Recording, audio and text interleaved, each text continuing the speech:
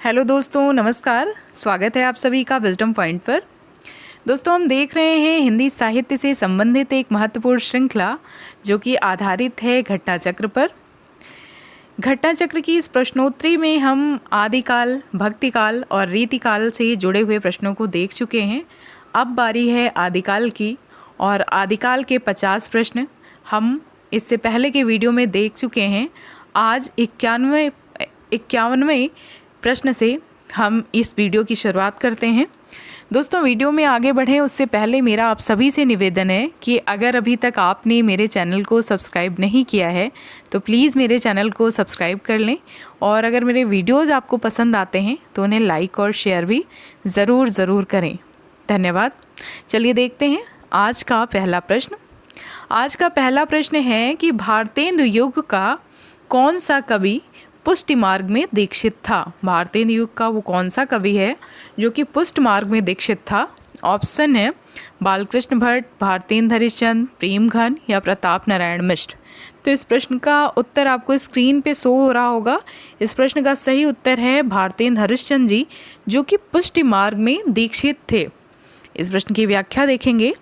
हिंदी के कृष्ण भक्त कवियों में विद्यापति, सूरदास आदि अष्टछाप के कवि रहीम, रसखान, मीराबाई, बिहारी, हित हरिवंश, भारतेंदु बाबू हरिश्चंद्र, जगन्नाथ दास रत्नाकर, अयोध्या सिंह उपाध्याय हरिओद, धर्मवीर भारती आदि के नाम अत्यंत प्रसिद्ध हैं।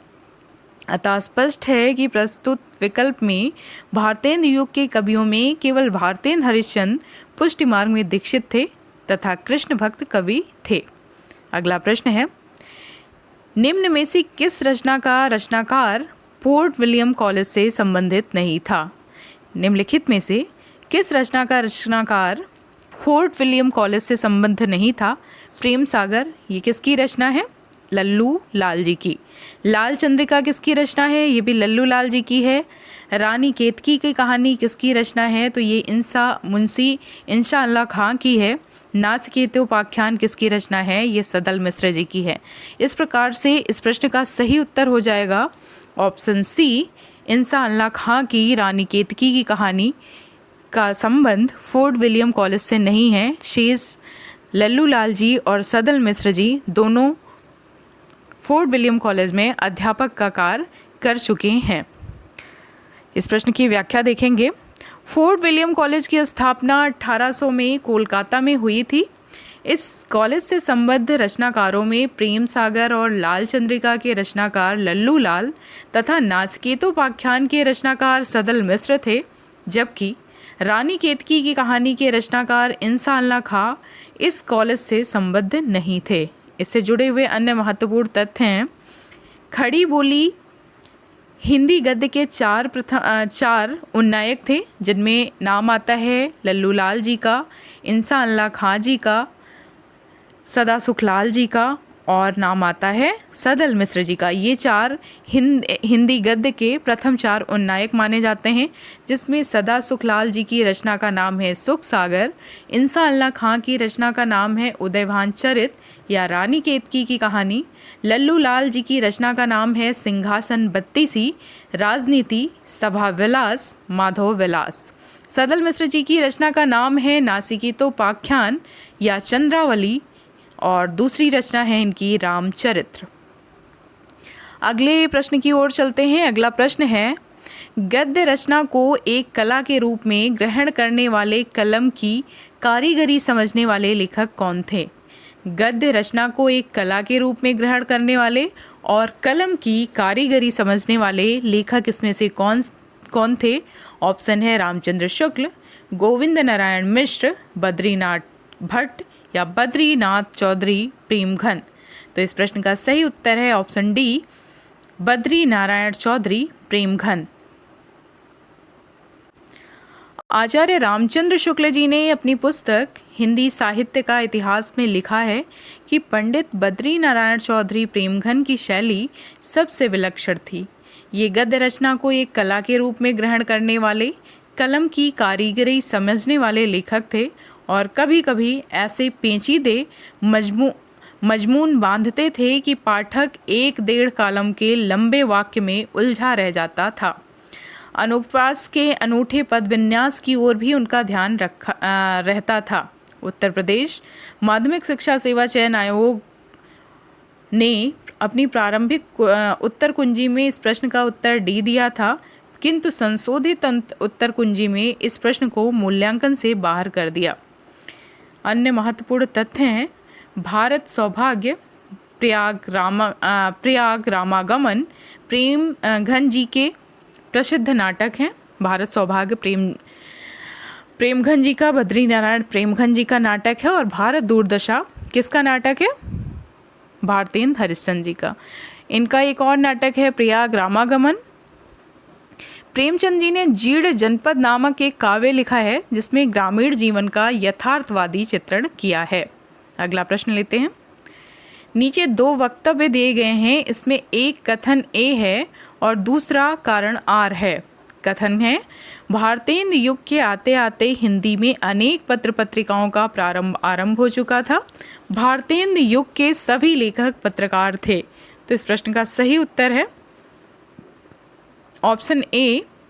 ये बात सही है कि भारतेंद्र युग के आते आते हिंदी में अनेक पत्र पत्रिकाओं का प्रारंभ शुरू हो गया था और भारतेंद्र युग के लगभग सभी लेखक पत्रकार थे। एकदम सही। इस प्रश्न का सही उत्तर हो जाएगा ऑप्शन सी। ए और आर दोनों सही हैं और ए की सही व्याख्या आर है। अगला प्रश्न है हिंदी नई चाल में ढली सन 1873। भारतेंद्र हरिश्चंद्र ने इसे किस पुस्तक में अंकित किया है? हिंदी नई चाल में ढली सन 1873 भारतेंद्र हरिश्चंद्र ने इसे किस पुस्तक में अंकित किया है? ऑप्शन है कालचक्र, विद्यासुंदर, नील देवी या भारत दूरदशा। तो इस प्रश्न का सही उत्तर है ऑप्शन ए। कालचक्र नामक पुस्तक में हिंदी नई चाल में ढली सन 1873 में भारतेंद्र जी ने इसे अंकित किया था। अगला प्रश्न है कि रीतिकाल के कौन से प्रसिद्ध कवि भारतेंदु के पिता थे? ऑप्शन है बेनी प्रवीण, केशव, गोपाल चंद्र गिरधरदास या गिरधर कविराय। तो इस प्रश्न का सही उत्तर हो जाता है गोपाल चंद्र गिरधरदास जी रीतिकालीन कवि जिनको माना जाता है। ये भारतेंद्र के पिता थे और इन्होंने नहुस नाटक लिखा है, नहुस नामक नाटक लिखा है। अब हम आ पहुँचे हैं द्विवेदी युग पे। द्विवेदी युग की प्रवृत्तियाँ देखते हैं। द्विवेदी युग नाम पड़ा है महावीर प्रसाद द्विवेदी जी के नाम पर। यहाँ कंफ्यूज होने की ज़रूरत नहीं है। हजारी प्रसाद द्विवेदी जी का द्विवेदी युग के नामकरण में कोई योगदान नहीं है। द्विवेदी जी, महावीर प्रसाद द्विवेदी जी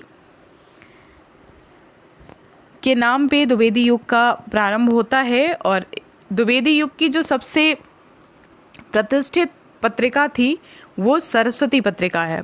आइए देखते हैं द्विवेदी युगीन कविता की प्रमुख प्रवृत्तियों को। द्विवेदी युगीन कविता की प्रमुख प्रवृत्तियाँ क्या हैं? समाज सुधार, गीति काव्य की प्रचुरता, स्वच्छंदता या इतिवृत्तात्मकता। तो यहाँ है ऑप्शन ए की 1 या 3। इस प्रश्न का सही उत्तर हो जाएगा ऑप्शन 1 और 4, यानी कि ऑप्शन सी। समाज सुधार भी था और इतिवृत्तात्मकता द्विवेदी युग की जो एक तरीके से कहेंगे प्रमुख प्रवृत्ति है, ऑप्शन सी।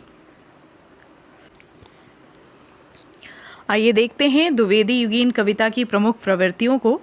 नंबर 1 समाज सुधार, सामाजिक समस्याओं का चित्रण, छुआछूत, दहेज प्रथा, बाल विवाह, नारी की दयनीय स्थिति काव्य के विषय रहे। इतिवृत्तात्मकता का अर्थ है कि आदर्शवाद तथा बौद्धिकता की प्रधानता के साथ ही कथानक पर अधिक बल दिया जाने लगा, अतः प्रबंधात्मक रचनाएं अधिक लिखी जाने लगी। महावीर प्रसाद द्विवेदी जी जो कि द्विवेदी युग के नामकरण के आधार हैं। द्विवेदी युग को जागरण सुधार काल भी कहा जाता है।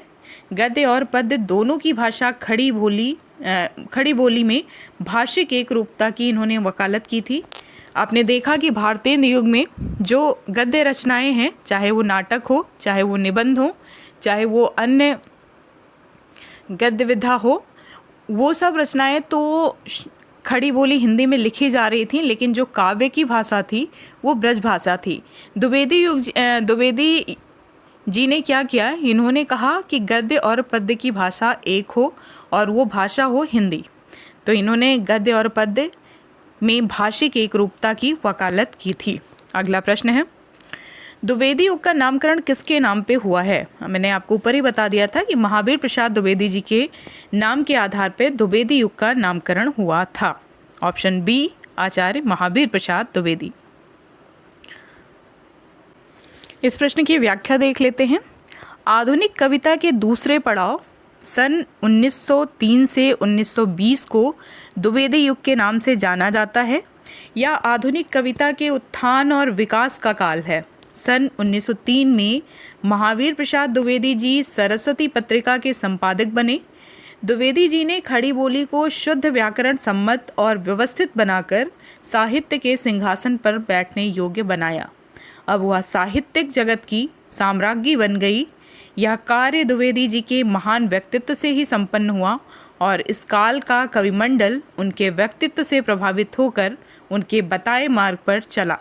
इसलिए इस युग को द्विवेदी युग का नाम दिया जाता है। अन्य महत्वपूर्ण तथ्य हैं, द्विवेदी युग के प्रमुख कवि जगन्नाथ दास रत्नाकर, मैथिली शरण गुप्त, अयोध्या सिंह उपाध्याय हरिओध, श्रीधर पाठक, गया प्रसाद शुक्ल सनेही, राम नरेश त्रिपाठी, नाथू शर्मा शंकर, सत्यनारायण कविरत्न और गोपाल शरण सिंह आदि हैं। महावीर प्रसाद द्विवेदी की साहित्य सेवा को देखते हुए सन 1931 में काशी नागरी प्रचारी सभा ने उन्हें आचार्य की उपाधि प्रदान की थी। महावीर प्रसाद द्विवेदी जी की सेवा को देखते हुए काशी नागरी प्रचारी सभा ने 1931 में उन्हें आचार्य की उपाधि से विभूषित किया। अगला पॉइंट है, द्विवेदी युगीन कवि जगन्नाथ दास रत्नाकर ने अपना पूरा काव्य ब्रज भाषा में ही लिखा है। ऐसा नहीं है कि द्विवेदी जी एक रूपता की बात तो करते रहे, लेकिन द्विवेदी युग के दो ऐसे कवि भी हैं जिसमें नाम आता है जगन्नाथ दास रत्नाकर का, और एक और नाम अभी ऊपर हमने उन्हें पढ़ा था सत्यनारायण कविरत्न जी का। इन दोनों ने ब्रज भाषा में अपनी कविताएं की हैं। अगला प्रश्न है, द्विवेदी युग का एक और नाम क्या था? अभी ऊपर मैंने आपको बताया द्विवेदी युग का एक और नाम क्या था। ऑप्शन है संक्रांति काल, संधि काल, जागरण सुधार काल या गद्य काल। तो इस प्रश्न का सही उत्तर है ऑप्शन सी, द्विवेदी युग का एक और नाम था जागरण सुधार काल। Option C. द्विवेदी युग को डॉक्टर नगेंद्र ने जागरण सुधार काल भी कहा है। डॉक्टर रामकुमार वर्मा ने आदिकाल को संधि काल तथा आचार्य रामचंद्र शुक्ल ने आदिकाल को गद्य काल कहा है। द्विवेदी युग का वह साहित्यकार जिसे कविता कामनी कांत, भारतेंदु प्रज्ञेंदु, साहित्य सुधारक उपाधियों से विभूषित किया गया था, वो कौन है? वो कौन से ऐसे साहित्यकार हैं द्विवेदी युग के जिन्हें कविता कामिनी कांत, भारतेंदु प्रज्ञेंदु, साहित्य सुधाकर आदि उपाधियों से विभूषित किया गया? नाम है नाथू शर्मा शंकर, भारतेंदु हरिश्चंद्र, रामधारी सिंह दिनकर या सूर्यकांत त्रिपाठी निराला। तो इस प्रश्न का सही उत्तर है ऑप्शन ए, नाथू शर्मा शंकर। इस प्रश्न की व्याख्या में देखेंगे, द्विवेदी युग के कवि नाथू शर्मा शंकर ब्रजभाषा के कवि थे, किंतु शीघ्र ही खड़ी बोली की ओर झुक गए थे। इन्होंने राजा रवि वर्मा के चित्रों के आधार पर कविताएं लिखी हैं। ये समस्या पूर्ति में बड़े कुशल थे। इन्हें कविता कामिनी कांत, भारतेंदु प्रज्ञेंदु, साहित्य सुधाकर आदि उपाधियों से विभूषित किया गया था। अनुराग रत्न, शंकर सरोज, गर्भरंडा रहस्य तथा शंकर सर्वस्व इनके प्रमुख काव्य ग्रंथ हैं। ये प्रायः अतिशयोक्तपूर्ण कविताएं लिखा करते थे। अगला प्रश्न है, ज्ञान रास के संचित कोश का नाम ही साहित्य है, यह उक्त किस साहित्यकार की है? ज्ञान रास के संचित कोश ही का नाम साहित्य है। ऑप्शन है हजारी प्रसाद द्विवेदी, नंद दुलारे वाजपेयी, महावीर प्रसाद द्विवेदी या मुक्तिबोध। तो इस प्रश्न का सही उत्तर है ऑप्शन सी, महावीर प्रसाद द्विवेदी। आचार्य महावीर प्रसाद द्विवेदी के नाम पर ही द्विवेदी युग कहा जाता है, वे साहित्य को ज्ञान राशि का संचित कोश मानते हैं। वे भाषा और साहित्य के व्यवस्थापक थे। उन्होंने सरस्वती पत्रिका को इस व्यवस्थापन का माध्यम बताया है।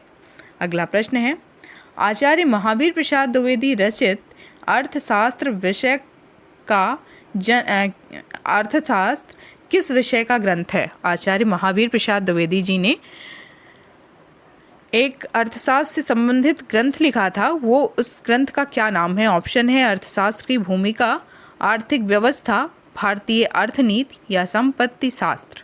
तो इस प्रश्न का सही उत्तर है ऑप्शन डी, संपत्ति शास्त्र नामक एक पुस्तक लिखी थी आचार्य महावीर प्रसाद द्विवेदी जी ने, जो कि अर्थशास्त्र से संबंधित है।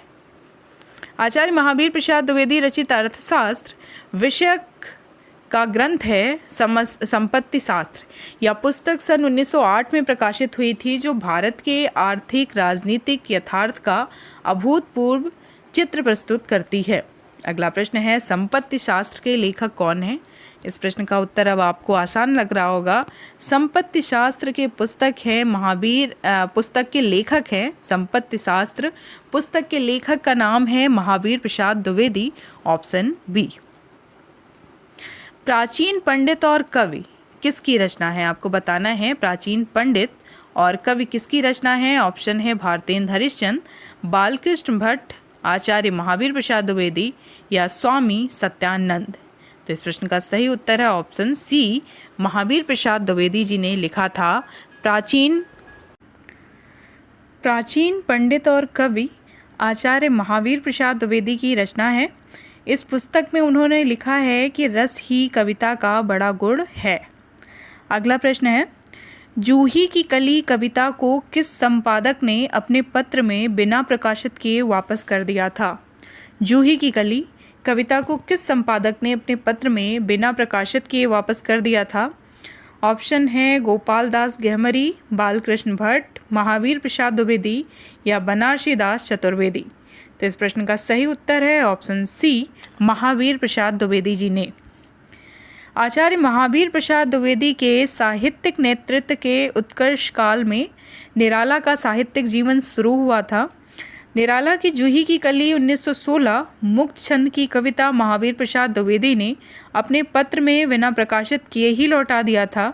निराला समन्वय, सुधा और मतवाला पत्रिका से भी जुड़े थे।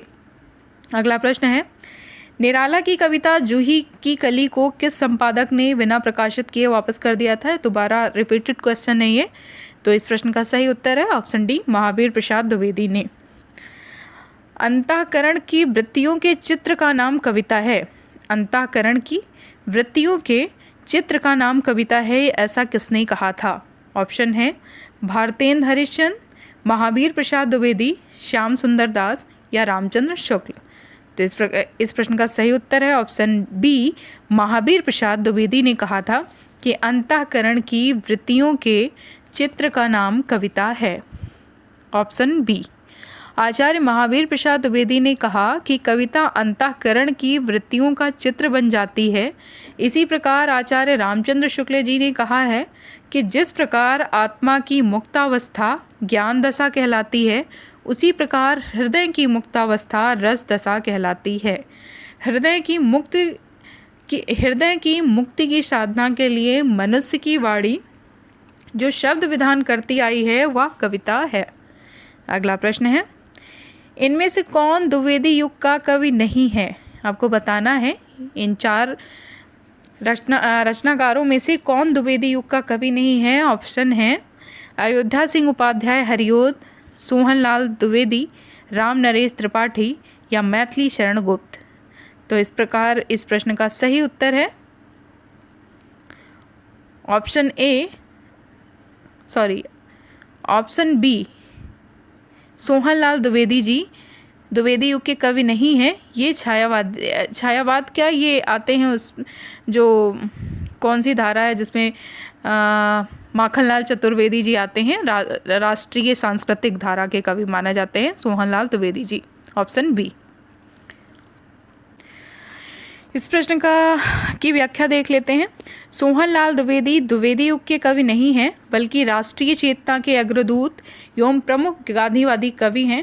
द्विवेदी युग के प्रमुख कवियों में मैथिली शरण गुप्त, अयोध्या सिंह उपाध्याय हरिऔध, श्रीधर पाठक, गया प्रसाद शुक्ल स्नेही, लोचन प्रसाद पांडे, रामनरेश त्रिपाठी, नाथू शर्मा शंकर, गोपाल सिंह शरण सिंह और जगन्नाथ दास रत्नाकर आदि हैं।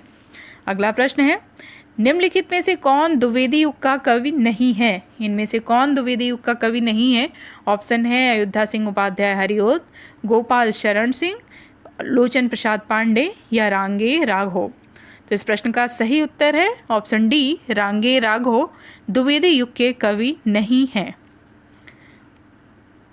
अगला प्रश्न है, द्विवेदी युग के सर्वश्रेष्ठ प्रगीतकार कौन माने जाते हैं? द्विवेदी युग के सर्वश्रेष्ठ प्रगीतकार कौन माने जाते हैं? ऑप्शन है रूप नारायण पांडे, लोचन प्रसाद पांडे, मुकुटधर पांडे या इनमें से कोई नहीं। तो इस प्रश्न का सही उत्तर है ऑप्शन सी, मुकुटधर पांडे को द्विवेदी युग का सर्वश्रेष्ठ प्रगीतकार माना जाता है। इस प्रश्न की व्याख्या है, लोचन प्रसाद पांडे के अनुज मुकुटधर पांडे भी सुकवि थे। वे प्रकृति के उपासक थे। उनके काव्य में भावात्मकता, आंतरिक संवेदना और रहस्यात्मक अनुभूति के दर्शन होते हैं। ये द्विवेदी युग के सर्वश्रेष्ठ प्रगीतकार माने जाते हैं। वस्तुतः इनके काव्य में छायावाद का पूर्वाभास मिलता है। पूजा फूल तथा कानन कुसुम इनके काव्य संकलन हैं। किसके? लोचन प्रसाद पांडे के जो अनुज हैं मुकुटधर पांडे। अगला प्रश्न है, छायावाद का पूर्वाभास किस कवि की रचनाओं में प्रकट हुआ? ऑप्शन है मुकुटधर पांडे, रूप नारायण पांडे, लोचन प्रसाद पांडे या श्याम नारायण पांडे।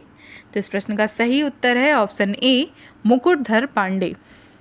अगला प्रश्न है, आचार्य शुक्ल के अनुसार स्वच्छंदतावाद के प्रवर्तक कौन हैं? इनमें से ऑप्शन है मैथिली शरण गुप्त, राधा कृष्ण दास, श्रीधर पाठक या अयोध्या सिंह उपाध्याय हरिऔध। तो इस प्रश्न का सही उत्तर है ऑप्शन सी, श्रीधर पाठक आचार्य शुक्ल के अनुसार स्वच्छंदतावाद के प्रवर्तक हैं। आचार्य रामचंद्र शुक्ल स्वच्छंदतावाद का प्रवर्तक श्रीधर पाठक को मानते हैं। श्रीधर पाठक जी का जिनकी रचना है काव्य जगत सच्चाई सार, कश्मीर सुषमा, भारत गीत, गुणवंत हेमंत, वनाष्टक, देहरादून, मनोविनोद, गोखले गुणाष्टक और गोखले प्रशस्ति, सुसंदेह इनकी रहस्यवादी कविता है। एकांतवासी योगी, उजड़ग्राम तथा श्रांत पथिक इनकी अनुदित रचनाएं हैं।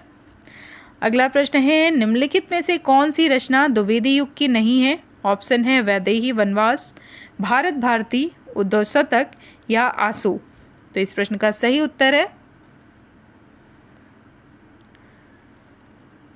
आंसू द्विवेदी युग की रचना नहीं है, ऑप्शन डी। आंसू जयशंकर प्रसाद द्वारा रचित खंड काव्य है। इसे विरह प्रधान स्मृति काव्य भी माना जाता है। इसे हिंदी का मेघदूत भी कहते हैं। इसका प्रकाशन 1925 ईस्वी में हुआ था। शेष रचनाएं द्विवेदी युगीन हैं, जबकि जयशंकर प्रसाद छायावादी कवि हैं। द्विवेदी युगीन रचनाएं एवं रचनाकार हैं वैदेही वनवास, जो कि अयोध्या सिंह उपाध्याय हरिऔध की रचना है। भारत भारती मैथिली शरण गुप्त की रचना है। उद्धव शतक जगन्नाथ दास रत्नाकर की रचना है और स्वदेश कुंडल राय देवी प्रसाद पूर्ण की रचना है।